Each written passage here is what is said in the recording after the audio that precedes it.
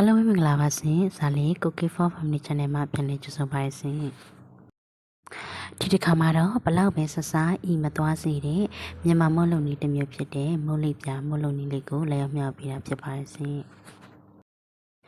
အရင်ဦးဆုံးမုတ်ထဲမှာထည့်ဖို့အတွက်ပဲလုံအမဲကိုပြုတ်ထားပေးမယ်နော်။ပဲကိုညတွေကနေရေစိမ်ထားပေးမယ်။မနေ့ကျရင်တော့ပြုတ်ထားပေးလိုက်ပါမယ်နော်။ပြုတ်ပြီးရလာတဲ့ပဲလေးကိုကြိစတဲ့ထည့်ပေးပါမယ်။ပြီးရင်ကြိစတဲ့ထည့်ပြီးတော့ကြည်အောင်ကြိထားပေးလိုက်ပါနော်။ရေပါတစ်ခါရဲထည့်ပြီးကြိချင်နေဆိုရင်ရေလေးနဲ့ငယ်ထည့်လိုက်ပါနော်။ဇလင်းကတော့ရေမထည့်ပါဘူး။ပြီးတော့မှထညက်နဲ့ပဲယူသက်ထိုးမှဖြစ်ပါတယ်။ကဲပဲယူထိုးဖို့အတွက်ဒေဝူတဲ့ကိုထညက်လေးနှစ်စွန်းနဲ့တဝက်ထည့်တယ်ပြီးစားလေးနဲ့ငယ်ထည့်တယ်ပြီးရင်ပဲပြုတ်ထားတဲ့ရေလေးနဲ့ငယ်ထည့်ပါတယ်ပြီးပြီဆိုရင်တော့ပဲထညက်တွေအားလုံးပျော်သွားအောင်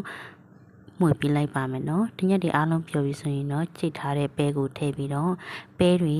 နူးဤပြီးတော့စစ်စစ်ပပိုင်ဖြစ်တဲ့အထိပဲယူထိုးသွားပြလိုက်မယ်နော်ဒီနေ့လုပ်မယ်မုတ်လေးပြလုပ်နည်းလေးကတော့အရန်ကိုမှလွယ်ကူတယ်ပေါ့နော်ဆေးတုံးကလုပ်တယ်လို့မျိုးထီးစားနဲ့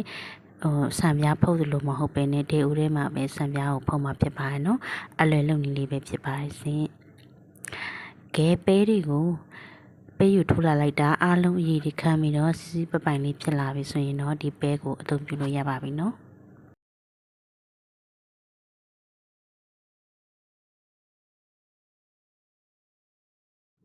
ပဲယူလင်းရပြီဆိုရင်တော့ဆံပြားဖုတ်ဖို့အတွက်ဘုံကြီးဖြော်မယ်နော်ဆံမှုတ်ပါထမင်းခတ်စုံနဲ့နှစ်စုံထည့်ပါတယ်ပြီးရင်တော့ပလောပီနံကောမှုတ်ပါပလောပီနံကောမှုတ်ကိုလည်းအခုထမင်းခတ်တဲ့စုံနဲ့နှစ်စုံထည့်ပါမယ်နော်ပြီးရင်တော့ရေထည့်ပါမယ်ရေကိုတော့250 ml လောက်ထည့်လိုက်ပါတယ်ပြီးရင်တော့စီပါဟင်းရွက်စီတစ်စုံထည့်ပါမယ်ပြီးပြီဆိုရင်တော့အမှုတ်တွေအလုံးအခဲတွေတစ်လုံးမှကြက်မနေရအောင်အားလုံးနှောက်အောင်မှွေထားပေးလိုက်မယ်နော်ပြီးရင်တော့မုတ်သားကို45မိနစ်လောက်နှက်ထားပေးလိုက်မယ်နော်မုတ်စားဖို့အတွက်မကတ်တဲ့အိုတဲအိုတဲကိုစီလေးအနှဲငယ်ထည့်ပြီးတော့စီတုပ်ထားပေးမယ်နော်ပြီးရင်မီးကိုခက်အီအီလေးဖွင့်ထားပြီးတော့မုတ်နှစ်လေးတွေကိုတဲအိုတဲကိုထည့်ပေးပါမယ်နော်အပြက်ညစ်သွားအောင်တဲအိုလေးနှဲငယ်လှုပ်ပေးလိုက်ပါမယ်ပြီးရင်အပေါ်ကနေအဖုံးအုပ်ထားပေးလိုက်ပါမယ်နော်အဖြူရောင်ကနေအကြည်ရောင်လေးဖြစ်လာပြီဆိုရင်တော့ဒီဆပ်ပြားလေးတစ်ခုရပြီပေါ့နော်အပေါ်ကနေစီလေးနှဲငယ်တုပ်ပေးလိုက်ပါမယ်ရလာတဲ့ဆပ်ပြားလေးကိုစီတုပ်ထားတဲ့ဘန်းလေးကိုအခုလိုလေးပဲယူချပေးလိုက်မယ်ပြီးလို့ဆိုရင်ဆံပြားကပေါ့နော်တခါလေးတွတ်နေတာတွေပါတယ်ဖြစ်တတ်ပါတယ်အဲ့လိုမျိုးဆိုရင်တော့ပူနေတော့မှသွားပြီးတော့မဖြန့်လိုက်ပါနဲ့နော်ခန်းနွေးလေးထားပြီးတော့မှဖြန့်ပါပူနေတော့မှတော့ဖြန့်မယ်ဆိုရင်တော့ဒီဆံပြားကပြေးသွားတတ်ပါတယ်နော်ဆံပြားလေးတွေအေးလာပြီဆိုရင်တော့စပြီးတော့ကန်လို့ရပါပြီနော်ဒါလည်းကတော့ဆံပြားတစ်ချက်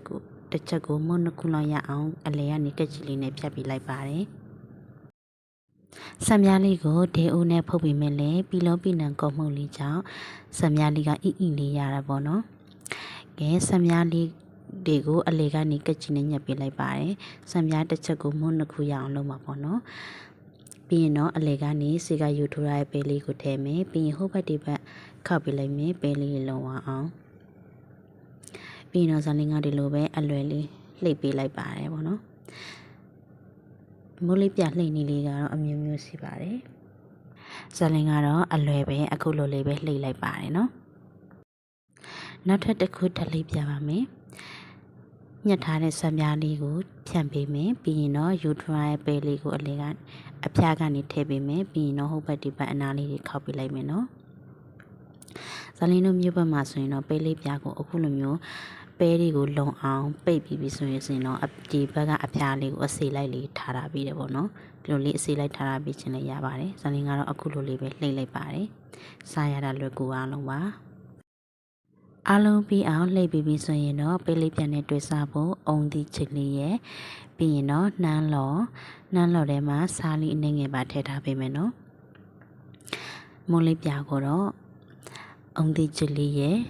နန်းတော်မွေးလေးရဲ့နဲ့တွေ့စားရပါတယ်ရှင်ကဲအခုဆိုရင်တော့အရန်ကိုမှအစားလောက်ကောင်းတဲ့မြန်မာရိုးရာမုံလုံနေတစ်ခုဖြစ်တဲ့မုံလေးပြလုံနေလေးကတော့ဒီမှာပဲပြီးဆုံးသွားပါပြီရှင် အစောကြီးလိုက်ပါကျေးဇူးပေးရတရားကျင်စီတန်းကိုအထူးပဲကျေးဇူးတင်ပါတယ်ရှင်အားလုံးကိုနှုတ်ဆက်ပါတယ်အားလုံးပဲဘိုင်ဘိုင်ပါရှင်